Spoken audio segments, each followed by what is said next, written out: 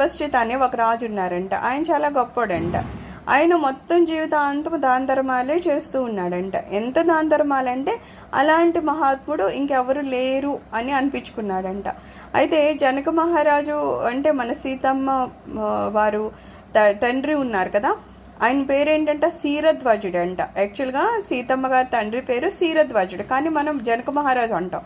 అంటే ఆ వంశంలో ఏ రాజైనా సరే ఆ సింహాసనాన్ని ఎక్కాక వాళ్ళని జనకుడు అంటారు. ఇప్పుడు మనం చెప్తాం కదా ఇంద్రుడు ఇవన్నీ ఉన్నాయంటే ఇంద్ర అనేది ఒక పదవి ఎంతవరకు. ఇప్పుడు మనకి ఏదో ప్రధానమంత్రి ముఖ్యమంత్రి అంటే అది పదవులు అంతే, దాంట్లో మనుషులు మారచ్చు, కానీ పదవిని బట్టి వాళ్ళని అలా అంటాము. అలాగా ఈ జనక మహారాజు పరంపరలో కూడా ఎవరైతే వచ్చారో వాళ్ళని జనకుడు అంటాం, కానీ నిజానికి వాళ్ళ పేర్లు వేరే ఉంటాయన్నమాట.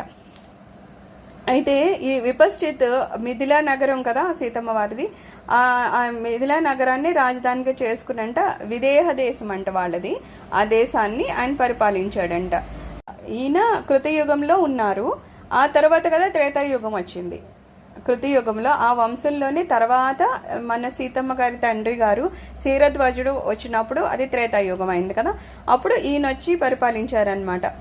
అయితే ఈ విపశ్చిత అనే ఆయన చెప్తున్నారు కదా చాలా దాన ధర్మాలు చేశారని. ఇలా చేసేనా కూడా ఆయన ఎప్పుడైతే శరీరాన్ని విడిచిపెట్టారో ఆ తర్వాత నరకానికి వెళ్ళాడంట.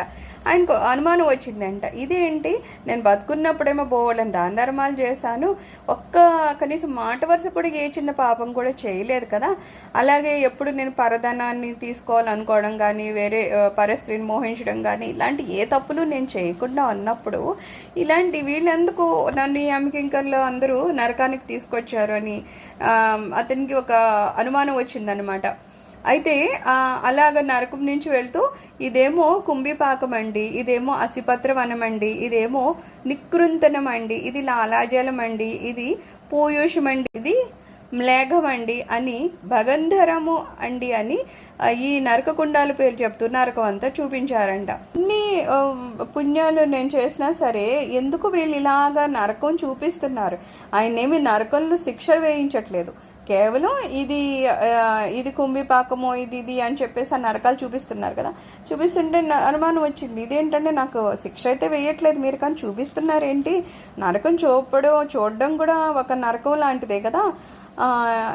అంటే ఏదైనా పాపం చేసినాడే కదా ఇక్కడికి వస్తాడు, ఎందుకు నన్ను తీసుకొచ్చారు అంటే అప్పుడు వాళ్ళు చెప్పారట, చిన్న దోషం ఉంది నీకేంటంటే నీకు 2 భార్యలు ఉన్నప్పుడు ఒకళ్ళ మీద కాసింత ఎక్కువ ప్రేమ చూపించావు, ఒకళ్ళని కాసింత తక్కువ చేసి చూసావని. అంటే ఒకళ్ళని కనీసం మనం అలాగా చూడడంలో కూడా భేదభావం చూపిస్తే అది కూడా పాపమే అన్నమాట. సో ఆ పాపం ఉండిపోయింది, అందుకని కేవలం మేము కొంచెం పాపం కూడా తొలగిపోవడానికని నరకం జస్ట్ చూపిస్తున్నాం.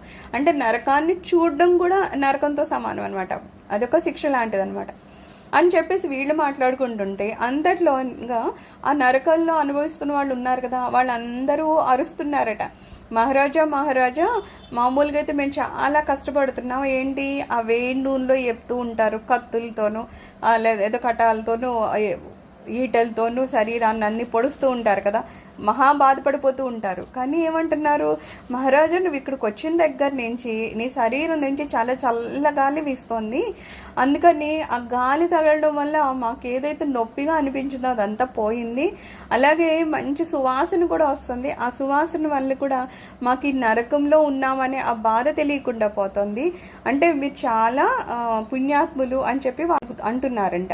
వెంటనే ఈ రాజు ఏమన్నాడంట, సరే నా వల్ల వీళ్ళకి సుఖం వస్తుందంట, అందుకని నేను ఇంకా స్వర్గానికి వెళ్ళను, మీరు నన్ను ఇక్కడే ఉంచేయండి అని చెప్పి అనగానే మళ్ళీ యముడును ఇంద్రుడు వచ్చేసారంట. వచ్చేసి మహారాజా మీకు ఏదో చిన్న పాపదోషం ఉంది కదా, అది తొలగిపోయింది, కాసేపు మీరు ఇక్కడ ఉన్నారు కాబట్టి పదండి ఇంకా స్వర్గానికని.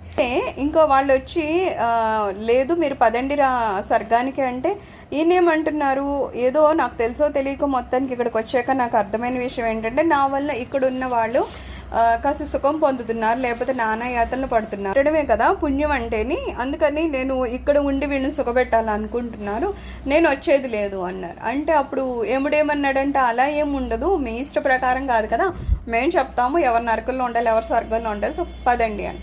అంటే ఈయన అన్నాడంటే అయితే ఒకసారి నాకు చెప్పండి నాకు ఎంత పుణ్యం ఉంది అని చెప్పి. ఎంత పుణ్యం ఉందంటే వాళ్ళు అంటున్నారంట, ఏమన్నా ఆకాశంలో నక్షత్రాలు లెక్క పెట్టగలమా, లేకపోతే సముద్రంలో ఇసుక రేణువులు లెక్క పెట్టగలమా, లేకపోతే ఏదన్నా మంచి వర్షం వస్తున్నప్పుడు ఆ నీటి బిందువులు లెక్క పెట్టగలమా? ఎలా అయితే లెక్క పెట్టలేమో అలాగే నీ పుణ్యాలు కూడా చాలా ఎక్కువ ఉన్నాయి, అందుకని నీ పుణ్యాలు ఇంత అని మేమేమి లెక్క పెట్టలేము ప్రభు అన్నారు. అన్నాక ఇంకా అప్పుడు యముడు ఏమంటున్నాడు, ఇప్పుడు వరకు నీకు ఇన్ని పుణ్యాలు ఉన్నాయి, కానీ నీకో విషయం తెలిసిన, ఇప్పుడు నీ పుణ్యం ఇంకా పెరిగిపోయింది అన్నాడు.